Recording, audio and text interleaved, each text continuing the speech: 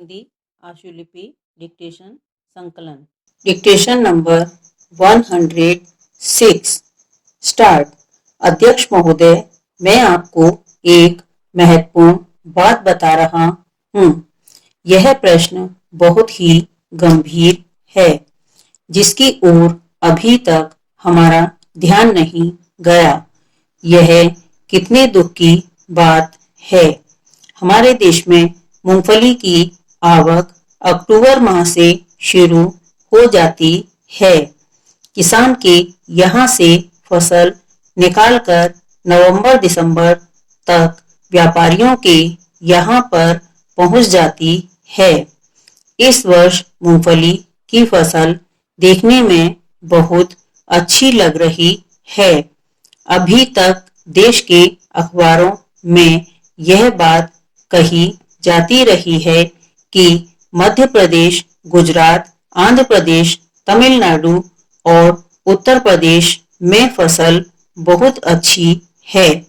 इसलिए यह संभावना व्यक्त की जा रही थी कि इसके भाव कुछ कम होना चाहिए, परंतु कुछ दिनों से सभी अखबारों में यह बात आने लगी है कि केवल गुजरात में 3.5 लाख टन मूंगफली की पैदावार कम हुई है, जिसका दुष्परिणाम यह हुआ है कि शुरू में ही व्यापारियों ने मूंगफली के दाम नीचे गिरा दिए और दाम गिरने का आधार कम पैदावार होने का बनाया जा रहा है, जिससे किसानों को केवल लागत मूल्य ही मिल पाएगा, जिसके आधार पर तेल के भाव बढ़ाने की स्वतंत्रता थोक व्यापारियों को मिल जाएगी।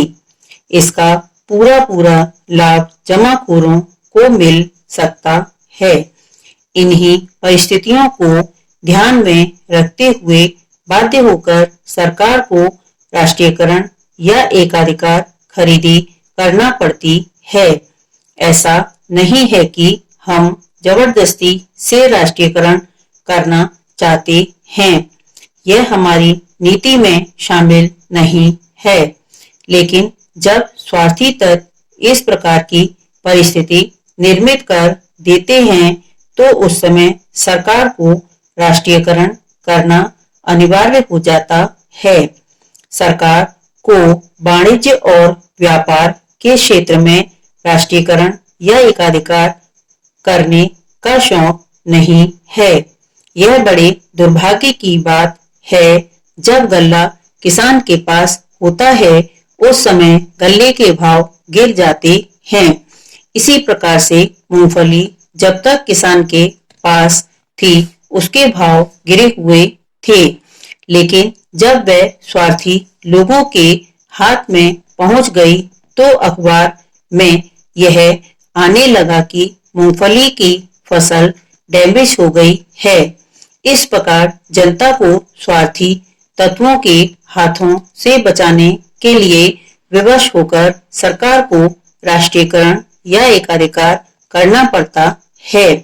अगर यह कदम नहीं उठाया जाएगा और विरोधियों के कहे अनुसार काम चलने दिया जाएगा तो मुनाफाखोर, जमाखोर, कालाबाजारी, चोरबाजारी, घूसखोर लोग देश की जनता को भूखों मार डालेंगे।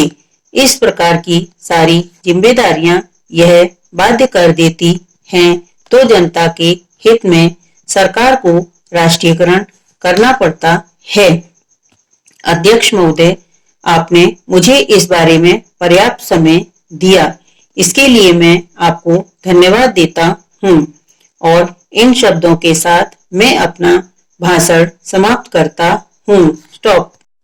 हिंदी डिक्टेशन के लिए एक्सप्लोर स्टेनोग्राफी चैनल को लाइक करें, सब्सक्राइब करें, बेल आइकन को प्रेस करें और वीडियो को शेयर करें।